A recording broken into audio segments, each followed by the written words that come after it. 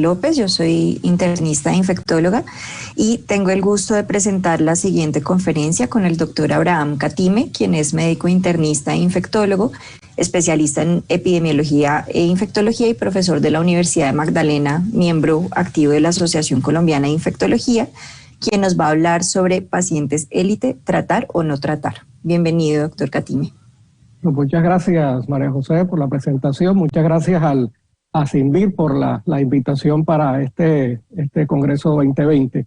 Este es un tema que vamos a hablar del paciente élite, un tema bastante taquillero ya para las personas que trabajamos esto de pacientes con VIH, tratar o no tratar. La conferencia con mucho gusto la estaremos pasando a los que me escriban al correo electrónico, que en un rato se los estaremos pasando. Bueno, estos son mis disclosures como conferencista y como consultor a nivel nacional de las farmacéuticas. Como vemos, cada día está ganando interés el tema de los controladores élite, porque vemos cada vez más publicaciones en prensa para, digamos, público en general, sobre las personas que pues no evolucionan hacia la fase SIDA o personas que no están recibiendo ningún tipo de tratamiento en la actualidad como antirretrovirales. Una alerta que quiero de todas maneras darle a los médicos expertos y a las personas que están trabajando en programas de atención integral es tener mucho cuidado, porque a veces he notado en los últimos años un par de pacientes, unos 3 o 4 pacientes que he encontrado, que han llegado a la consulta de atención integral con diagnóstico de VIH, y cuando vamos a buscar el Western blot, eran Western blot de HTLV virus. Entonces hay que tener mucho cuidado, porque muchas personas confunden el Western blot y dicen que Western blot es solamente para VIH. Eso no es cierto. Los Western blot son para diagnosticar muchas otras patologías. Entonces hay que tener mucho cuidado. El año pasado detecté 2 pacientes que tenían un diagnóstico de controladores élite, y cuando fuimos a buscar los reportes eran reportes de Western blot para HTLV. Entonces mucho cuidado con los médicos expertos de programas de atención integral de no equivocarse con este tema. ¿Cuál es la definición de controlador élite o la definición de progresadores a largo término? Entonces, controlador élite en el momento se acepta como aquellas personas que tienen por lo menos un año de seguimiento y por lo menos 3 test con cargas virales no detectables. Eso realmente es el controlador élite. Y un concepto que se está manejando es el controlador élite de largo plazo, que es aquella persona que llegó a más de 10 años de seguimiento y que los CD4 están por encima de 500 células. Entonces tenemos un concepto clave que es el controlador élite, que implica por lo menos un año de seguimiento con mínimo unos 3 test con cargas virales no detectables, y el controlador élite a largo plazo, que es aquella persona que completa por lo menos 10 años de seguimiento y que sigue indetectable. Es importante saber que estos controladores élite, de acuerdo a los fenotipos, a los fenotipos genéticos, podrían tener algunos comportamientos variables. En la práctica vemos que estas personas hacen en algunos momentos de la vida unos rebotes que rara vez pasan de 1000 copias. Entonces, tener presente que no siempre van a estar no detectables. En algunos momentos, durante el transcurso de la evolución, pueden tener cargas virales por hasta 1000 copias máximo. Eso es lo que vemos en la práctica. Y dentro de la definición, en algunos estudios, cuando evalúan estos controladores a largo plazo, también una de las definiciones que colocan es por lo menos tener un 90% de las mediciones no detectables. Entonces, vamos a encontrar el control élite, digamos un año de seguimiento, y el controlador élite a largo plazo. Es importante para cuando vayamos o leamos la literatura de los diferentes estudios que hacen algunas comparaciones, algunas cortes de seguimiento. Y hay unas formas intermedias, que es lo que llamamos los controladores virémicos, que son aquellas personas que están sin antirretrovirales, que están en seguimiento, pero que las cargas virales llegan a un máximo de 2000 copias. Entonces, vemos esa forma que en algunas publicaciones hablan de grupos o fenotipos intermedios que son controladores virémicos. ¿Qué porcentaje de la población o cómo es la evolución o la historia natural de este grupo de pacientes? Entonces vemos que los controladores élite por lo general se ha documentado que son menos del 0,5% de la población VIH en general. Entonces es difícil a veces hacer estudios y tratamos de buscar algunos estudios muy puntuales, pero realmente conseguir una población importante para hacer seguimientos, digamos, que nos respondan a esas preguntas que tenemos, va a ser muy complejo, porque cada vez son poblaciones muy pequeñas, muy reducidas. Hay cortes que hablan de 0,15, otras de 0,3% de población. En realidad son grupos bastante reducidos. Entonces, para tenerlo presente. Y recordar que el mínimo para hablar de controlador élite es un año de seguimiento. Dentro, ¿cómo se explica que una persona pues no esté tomando antirretrovirales y esté indetectable? Son muchos factores. Definitivamente hay unos factores relacionados al virus, la capacidad replicativa de virus o virus defectuosos, el tema medioambiental, el tema del huésped, algunos polimorfismos que, entre comillas, genéticos, sobre todo componentes de HLA, que entre comillas son protectivos o disminuyen la progresión de la enfermedad, y la respuesta inmune de cada persona, que puede ser muy variable, y esto podría explicar en realidad, no hay un solo componente que nos explique un controlador natural, un controlador élite o control virémico. Realmente es la sumatoria de varios elementos, y esto nos da, digamos, un fenotipo del control élite, una población muy heterogénea en realidad.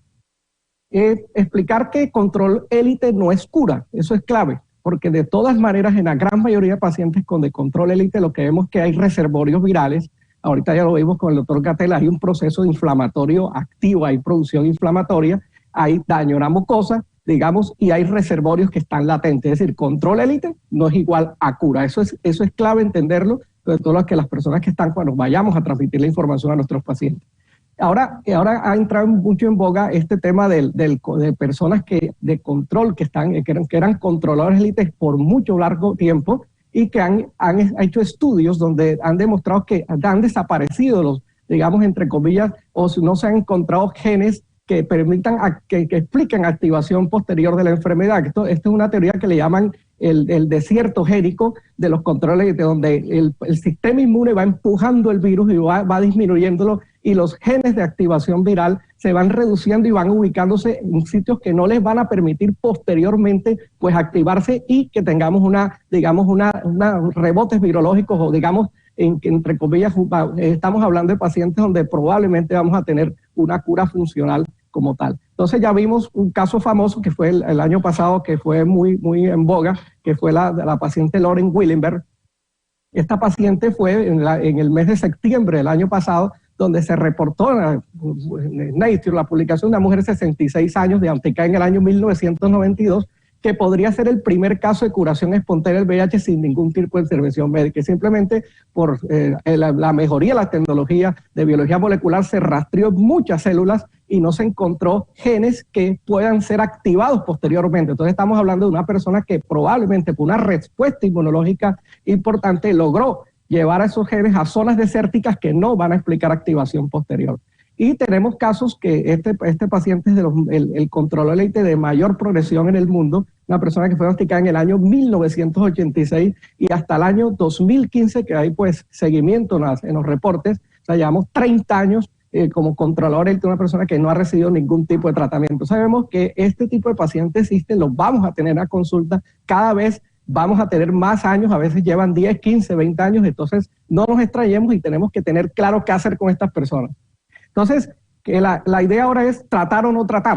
Entonces, lo primero es preguntemos a los expertos, ¿qué hacen los diferentes expertos? Vemos en las encuestas estas que salen publicadas en ID del doctor Paul Sachs, donde él le pregunta a varios expertos en las encuestas que hace, y que si trataríamos a una persona que tiene CD4 por encima de 500, que está no detectable, y esto está peor que la elección de los Estados Unidos, vemos casi 50-50, entonces vemos que de 872 personas que contestaron dicha encuesta, el 53% dice que no los tratan y el 47% que sí lo tratan. Entonces miren que hay una discrepancia importante, prácticamente 50-50, de gente que dice que sí trata y gente que dice que no trata. Entonces vamos a revisar qué hablan las diferentes guías médicas. En realidad las guías pasan muy por encima, dan algún comentario, toca mirar, vamos a ver el comentario que tenemos. Tenemos la última que sacó la guía europea de octubre 2020, donde hace un comentario que pues hay que tratar a todos los que venimos haciendo, pero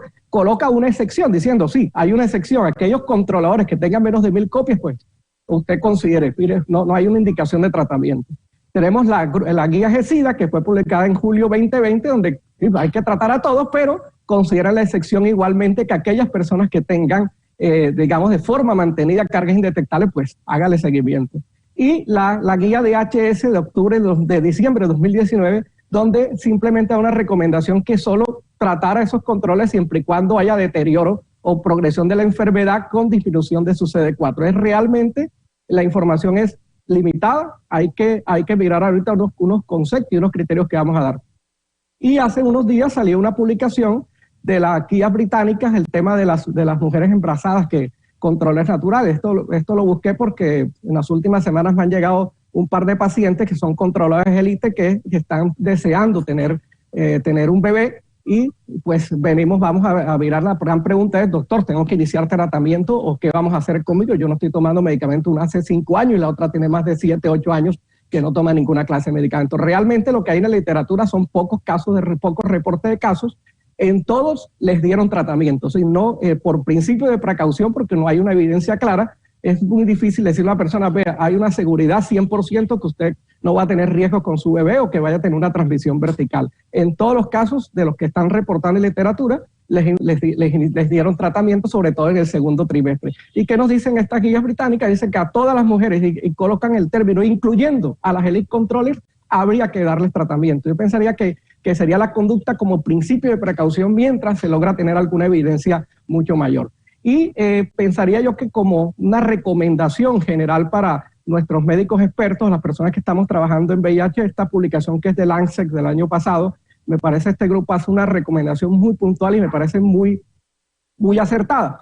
Por eso la tomo y se las presento. Ellos que nos dicen: bueno, tenemos unas situaciones clínicas y digamos una conducta clínica basada en la carga viral y basada en los CD4 y basada en la relación CD4, que en algunos estudios se ha encontrado que tiene alguna predicción para, digamos, evolución hacia eventos no AIDS o eventos AIDS. Entonces, si tenemos un controlador élite, por definición, y esta persona comienza a tener cargas virales mayor de 1000 copias, la recomendación es iniciar tratamiento. Yo pensaría que estaremos de acuerdo.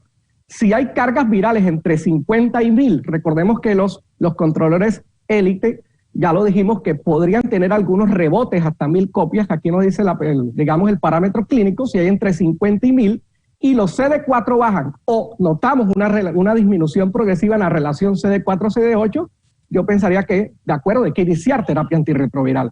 Si esa carga viral, digamos, está entre 50 y 1000, persistente, en los CD4, pero los CD4 están estables y la relación CD4-CD8 está estable, digamos, vamos a hacer un seguimiento, repitamos la carga viral, repitamos los CD4, los parámetros inmunovirológicos, y evaluamos.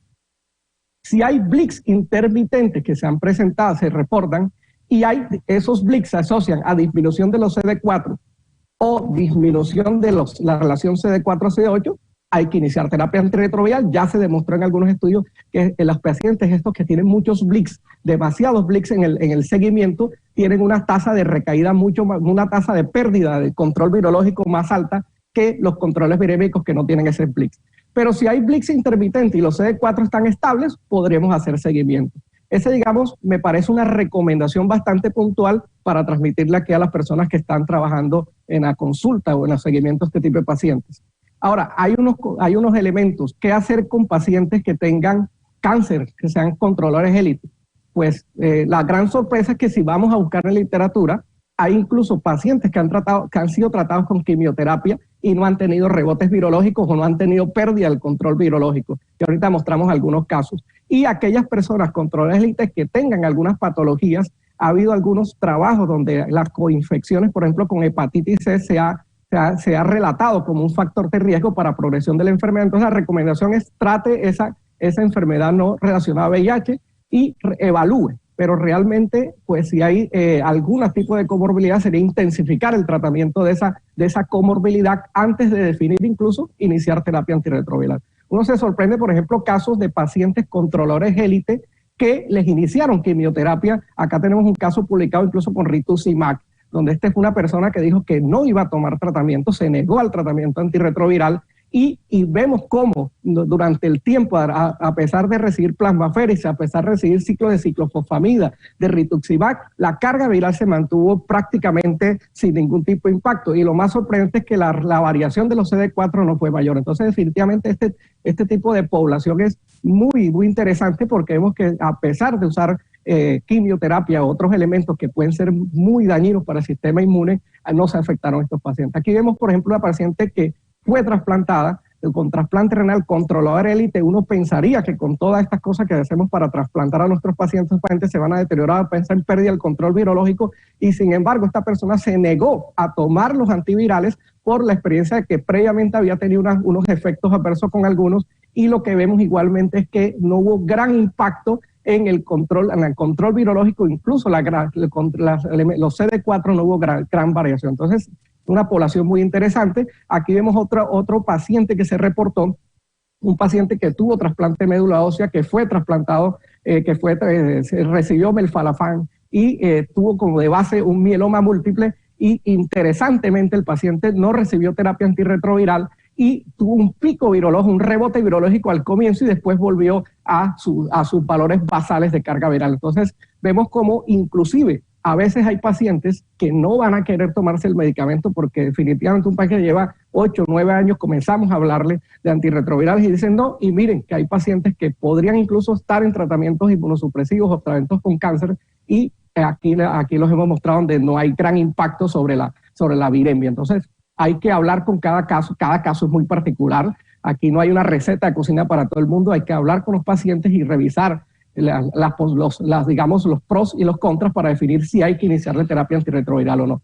Y otro elemento que es clave es que a veces nos llegan estos pacientes que cambian de pareja y de pronto es controlador élite y la pareja es serodiscordante, que no tiene VIH, y nos preguntan, doctor, ahora tengo que tomar antirretrovirales para no infectar a mi pareja, y no hay nada, realmente no hay demostrado o no hay documentado en la actualidad que un controlador élite transmita la infección VIH. Y hay una publicación donde se evaluó en semen de 10 controladores élite, y solo en 4 de estos se encontró presencia de viremia, pero esta viremia fue bastante reducida, y realmente buscando en la literatura no hay reportes de que haya transmisión, digamos la posibilidad de transmisión sexual asociada a los controles élite. Entonces no es una indicación per se que, digamos, haya parejas serodiscordantes en la actualidad, o no, tocaría discutir muy bien con el paciente, pero no es una, digamos, una recomendación A1 como para disminuir el riesgo de transmisión, el tipo de pacientes, por ejemplo, controles élites y el tema.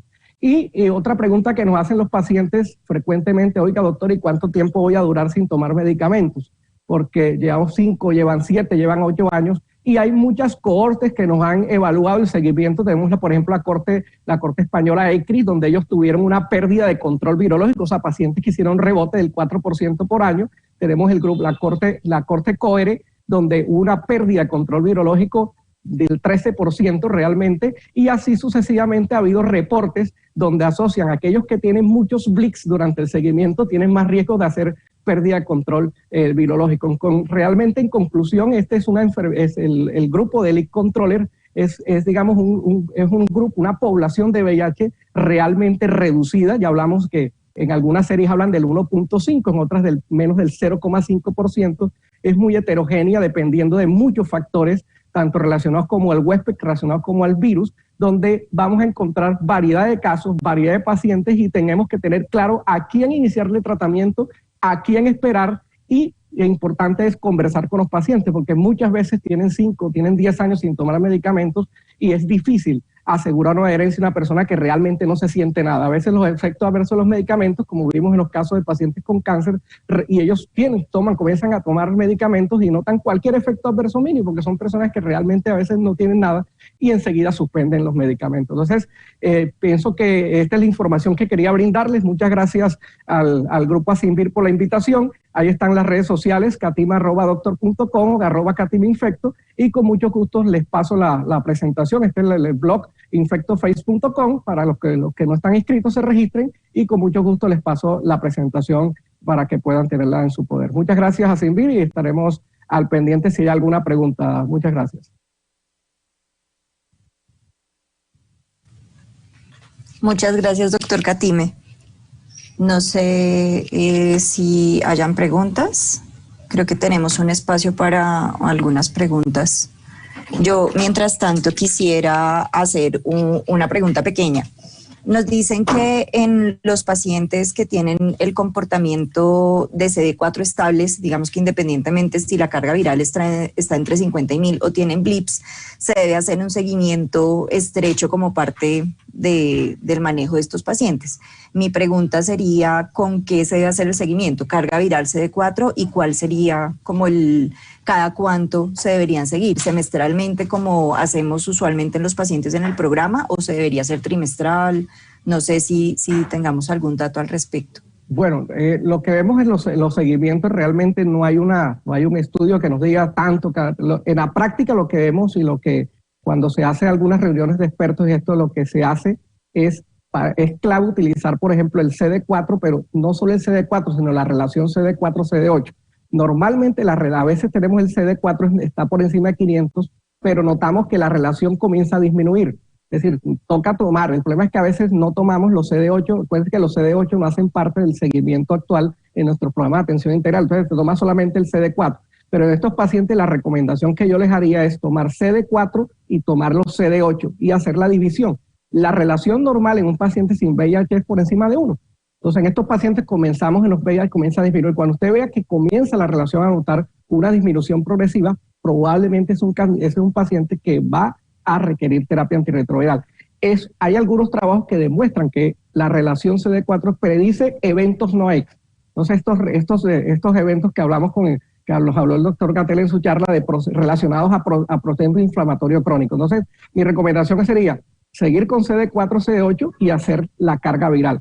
¿Cada cuánto lo hacemos? Depende de la estabilidad del paciente. Habitualmente lo que yo hago en la consulta es que los laboratorios que le tocan en 6 meses se los adelanto para 4 meses. Eso es lo que habitualmente hago en la consulta. Perfecto. Bueno, pues me parece muy interesante, sobre todo la parte de diagnóstico. Digamos que muchas veces todos queremos tener pacientes élite en nuestros programas. Me pasó recientemente unos pacientes con carga viral indetectable en 2, 3 mediciones y era que estaban tomando antirretrovirales que les donaban en una fundación y que no son completamente sinceros. Entonces creo que sí es muy importante todo lo que el doctor Katime ha dicho con respecto a tener claro el diagnóstico. Sí, claro, y la alerta de detectar en 2 años detectar 4 pacientes que llegaron a la consulta y no tenían VIH. ¿Cómo le dice uno a un paciente, vea, usted no tiene VIH? Entonces, revisemos bien los Western Blot porque eran Western Blot de HTLV. Ojo a las personas que están en programa de atención integral. Perfecto. Bueno, creo que no hay más preguntas. Muchísimas gracias, doctor Katime. Ok, gracias a todos entonces. Hasta luego.